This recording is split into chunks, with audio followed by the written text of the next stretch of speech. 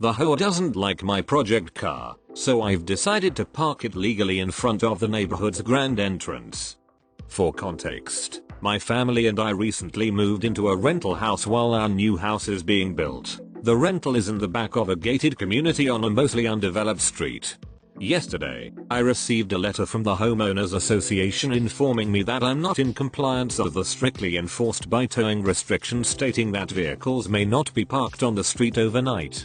In the letter was a picture of my project car, old BMW, parked beside our house on the street. I decided to look up the HOA's restrictions, which I haven't seen before since I'm a renter, and discovered I'm living in HOA hell. The street parking rule is just the beginning of a long list of restrictions, including one warranting a hefty fine for leaving the garage door open when not in use. This came as a huge surprise since several of my neighbors have parked their cars on the street without problem since I've lived here, so I assumed it was okay.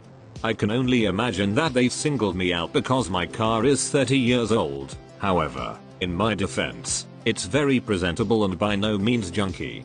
Being singled out made me incredibly frustrated to the point where I started doing legal research. It turns out my HOA has every right to tow my project car since it's parked on a private street in the neighborhood. The good news for me is that the street just outside of the neighborhood is public, and it's 100% legal to park on it for any amount of time. Unfortunately for the HOA, the closest section of public street to my rental house is right in front of their nice gated entrance. Ironically, my old BMW has now become part of their image, and there's nothing they can do about it until I move out in a few months. TLDR, my new HOA threatened to tow my project car. My compliance was to legally park it just outside of the neighborhood directly in front of the main gated entrance. HOAs, your friendly neighborhood fascists. Seriously, it's like people who failed the police exams and busybodies with no meaning in their lives who have to project their pathetically limited authority onto others to validate their existence. Your classic BMW is too nice to grace their sign with man.